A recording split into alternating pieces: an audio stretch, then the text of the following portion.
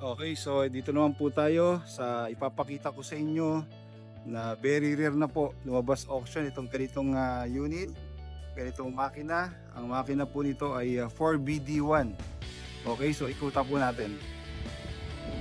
Napanalunan po namin ito last auction din at nakachamba po kami dito, no? Dahil napakarami po ng lumaban po dito sa unit na ito. Dahil ito po ay very rare na lumabas na sa auction yung ganitong kaluma. Ito po ay year 1990 model. Naka single eye na po ang headlight. At ang kakaiba po dito, ito po ay old engine. Ito po ay 4BD1 ang makina nito, pang malakasan. Ang kainaman po talaga sa mga old engine ay magkaroon man ng trouble ay madali po nating mare-repair, no? Sa ating mga galing na mekaniko dyan sa atin sa Pinas. Okay, so ito po ay subok na makina 4BD1. Okay, ito po siya, oh. Ayan, 4BD1. Okay, so subok na makina, matibay, quality po talaga. Ito po ay NPR 59L. So ito po ay mahaba, no? Mahaba itong sukat nitong chassis. Basta letter L po. Okay. Ang interior niya, ang ganda naman po. Kahit luma na, meron siyang exhaust dito sa ceiling. Kaya naman po sa atin, no? Malaking tulong po ito. Dahil sa atin sa Pinas, mainit po. Okay.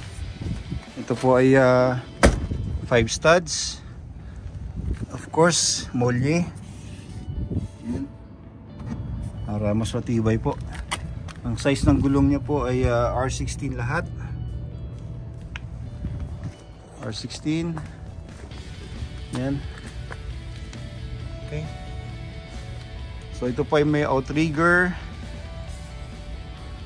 support po para po dito sa boom. Dahil ito po ay mahaba ang reach, no?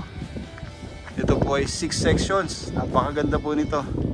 So bihira po itong lumabas sa auction. Yung ganito pong kadami na sections. Usually 3 sections, 4 sections.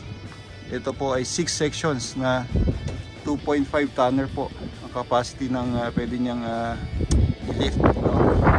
Ang brand niya po ay Tadano. Okay. Ako po, yan na. Malakas na snow. At meron po siyang power lifter. Yan. At steel flooring. Ang chassis niya po may konting kalawang pero hindi po ganun na malalim. Para sa akin level 1 lang pong kalawang. At hindi naman po siya bulok or butas. Okay, so since 1990 po itong model, talagang hindi na po maiwasan ang kalawang nito. So yung pong chassis, tukla pintura lang.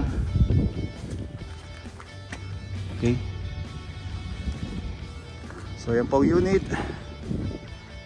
Maganda po ito, lumang modelo, pero maasahan po sa pang-lift po, no? Sobrang haba po nito. Marireach po kung ano po ang pagbubuhatan ng load. Okay, so ito po ang unit. Napag-aani naman po ni Miss Joan Uy. So paki-message lang po ako kung meron po sa inyo nangangailangan po nitong NPR na boom truck, old model. At ang makina niya po ay 4BD1. Okay, so paki-message lang po ako sa aming JC Trading Facebook page para mabigay ko po sa inyo contact details ng Subic Motors. Okay, so yan po ang unit. Maganda po. Try po natin start ang makina. Pakinggan po natin ang andar ng 4BD1.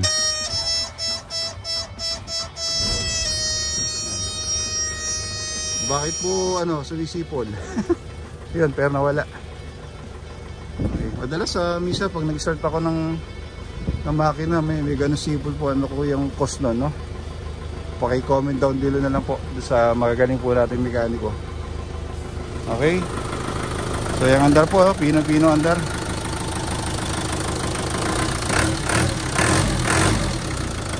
Mechanical talaga.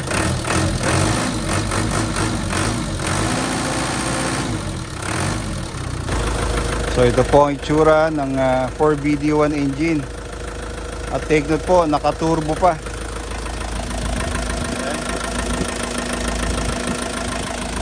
Ito po ay pambihirang makina, pamalakasan. Naka-turbo pa po. So yan ang itsura ng 4BD1. Ayun, nasa malalim na, hindi ko makita.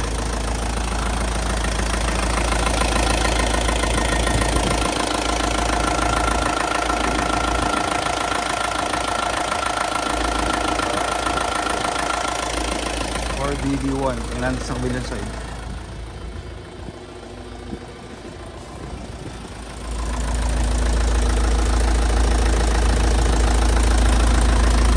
Ganda pa po ng andar, ano? Ibang klase po talaga ang quality ng makina ng Isuzu.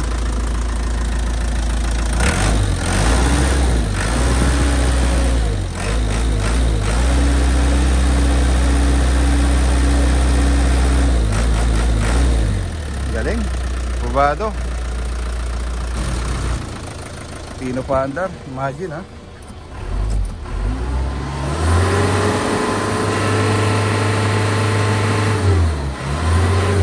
1990 model po ito, no? 35 years old na, pero ang ganda pa ng andar ng makina. Pinong pino. Okay. Ayan ang 4BD1 engine. Okay. So ayan po, no.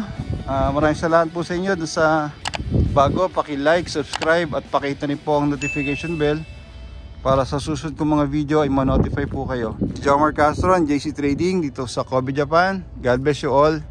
Sayonara.